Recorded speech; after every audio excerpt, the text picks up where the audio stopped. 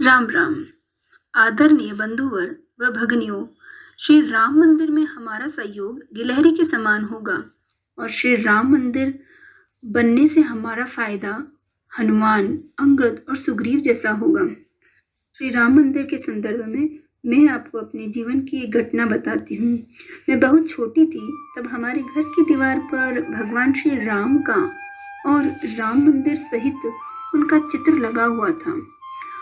बचपन से ही मैं श्री राम की नगरी अयोध्या जाना चाहती थी। हमें पिताजी ने बहुत घुमाया था, पर राम मंदिर का दर्शन न कर सकी थी। मैं मिशनरी स्कूल में पढ़ती थी, जहाँ पढ़ाया तो जाता था पर बोलना नहीं सिखाया जाता था। जहाँ केवल जो सीखा है वो मान लो, एलओसी क्रॉस नहीं करनी है, कोई अपनी तरफ से प्रश्न नहीं कर सकता है। पर मेरी आधी शिक्षा अध्ययन साधु संतों और आरएसएस के साथ भी हुई थी। बचपन से यह इच्छा थी कि मर्यादा पुरुषोत्तम श्री राम की जन्मभूमि को देखूं, परंतु यह सौभाग्य, यह अवसर मुझे मेरी शादी के कई वर्षों के बाद अपने बच्चों और परिजनों के साथ मिला। उनसे वही श्री राम मंदिर की तस्वीर जो अब भी मेरी यादों में घूम रही थी, जिसके बारे में मैंने कभी किसी से कुछ नहीं पूछा था। मैं ये जानती थी कि मुगलों ने करीब 500 साल पहले भारत में आकर श्री राम के मंदिर का खंडन किया है। बहुतों ने इसके लिए अपने प्राणों की आहुति दी है। बहुत से साधु संतों ने इसके लिए अन्न का त्याग किया है। बलिदानों की सूची बहुत लंबी थी। उनसे सना 1992 का इतिहास मेरे बचपन की यादों से धुंधला सा गया था। थी कि मुझे आज श्री राम के मंदिर देखने का सौभाग्य प्राप्त हो रहा है।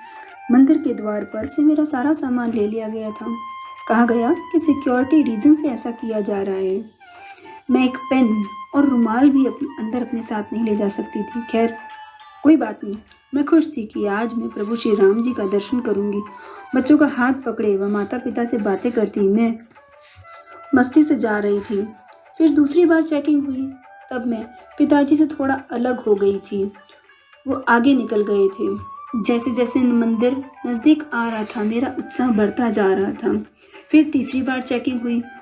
मशीन से चेकिंग के बाद जब एक महिला पुलिसकर्मी द्वारा हमारी पुनः चेकिंग हुई, तो मैंने उनसे पूछ ही लिया कि इतनी बार चेकिंग क्यों हो रही है। वो बोली, मैडम, आप अयोध्या में भगवान राम की भूमि पर हैं, तो सिक्योरिटी तो जरूरी है ना। मैंने सोचा, वाह क्या बात है, क्यों ना हो, हमारे भगवान है ही ऐसे। पिंजरों से बने रास्तों पर चलते चलते मैं खुशी और आश्चर्य से देख रही थी और सोच रही थी कैसा समय है। इंसान पिंजरे में है और जानवर बाहर आजाद घूम रहे हैं।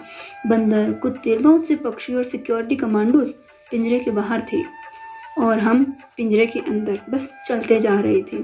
करीब 2 से 3 किलोमीटर चलने पर भी जब मंदिर नहीं आया, तो मैंने पूछ ही लिया, अरे भाई, ये मंदिर कितनी दूर है। बच्चे भी चलते चलते थक गए थे। मैं अपनी छोटी बेटी को लेकर एक जगह बैठ गई। आज भगवान राम के मंदिर के दर्शन के उत्साह में मैं बच्चों से भी ज्यादा उत्सुक थी और मन में बचपन की श्री रामचंद्र जी का विग्रह डोल रहा था और मन सोच रहा था कि कब श्री राम दरबार की दहलीज पर मस्तक टेक कर कब श्री राम दरबार के अंदर जाऊंगी। दर्शन करने वालों की भीड़ बहुत लंबी थी। तब पीछे से किसी ने बोला, अरे अब बैठे क्यों हो, मंदिर तो बस आने ही वाला है। मैं फिर बच्चों का हाथ पकड़े चल पड़ी। एक जगह बहुत बड़ा सा दान पात्र रखा था। मैंने सोचा, परमात्मा का द्वार है, इतनी व्यवस्थाएं तो करनी ही पड़ती है। मैंने अपनी हथेली में कुछ रुपए दबा रखे थे। उन रुपयों में से कुछ रुपए मैंने दान पात्र में डाल दिए। सामने देखा कि कुछ मध्यम गुलाबी रोशनी में भगवान का विग्रह है, जो अच्छे से दिख भी नहीं रहा था। मैंने श्रद्धा से अपना मस्तक नवाया और पीछे चलने वाले लोगों ने मुझे धक्का देते हुए कहा, जल्दी करो, हमें भी तो आने दो। मैंने आगे जाते हुए पुजारी से पूछ ही लिया कि पंडित जी, मंदिर कितनी दूर है। पंडित जी बोले, बस यही मंदिर है। मैं पुनः पीछे आई और मेरे आश्चर्य का ठिकाना न रहा कि जिस श्री राम के दर्शन के लिए मैं इतना दूर से चलकर आई थी, वही श्री राम मेरे घर की छत से छोटी मुंडेर थी वहां पर। जिस पर बांस के डंडों के सहारे एक वाटरप्रूफ तंबू है और उसमें मेरे सपनों के श्री राम सिमटे बैठे हैं। मेरे कमरे से भी छोटा था वह स्थान जहाँ पर संसार के मालिक अब रहते हैं। वे राम हमारे पूजनीय हैं, साक्षात परमात्मा हैं। हम उनके सब क्या है? वे सर्वोपरि सर्वगुण संपन्न होते हुए भी हमारे लिए अवतार धारण करते हैं।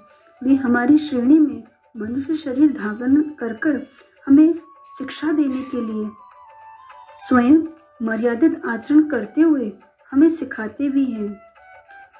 ऐसे भगवान श्री राम ने हमारे लिए अवतार लिया था। उन पूजनीय भगवान का ऐसा स्थान, मुझे बहुत धक्का सा लगा। कुछ देर तो मैं अपने स्थान से हिली भी नहीं। मेरी मुट्ठी में दबे वह रुपए मैं संपूर्णता से भगवान को अर्पित करने के लिए ही लाई थी। वे मेरी मुट्ठी में ही दबे रह गए थे और मेरा शरीर सुन्न रह गया था। जब मुझ जैसे तुच्छ के हृदय में इतना आघात पहुंचा है तो बड़े बड़े आचार्यों ने, आत्म साक्षात्कारी संतों, महात्माओं ने, सज्जनों ने, धनियों ने, राजा ने, महाराजाओं ने, जो राम से सच्चे उपासक थे, उनका क्या हाल हुआ होगा? वे कितना रोए होंगे। मुझे अब 1992 का घटनाक्रम याद आने लगा। वे माँ के सपूत क्यों शहीद हुए, उनके हृदय की क्या वेदना रही होगी। यह सब सोच सोच कर मेरा हृदय कांप रहा था। परंतु अब हमारी बारी है।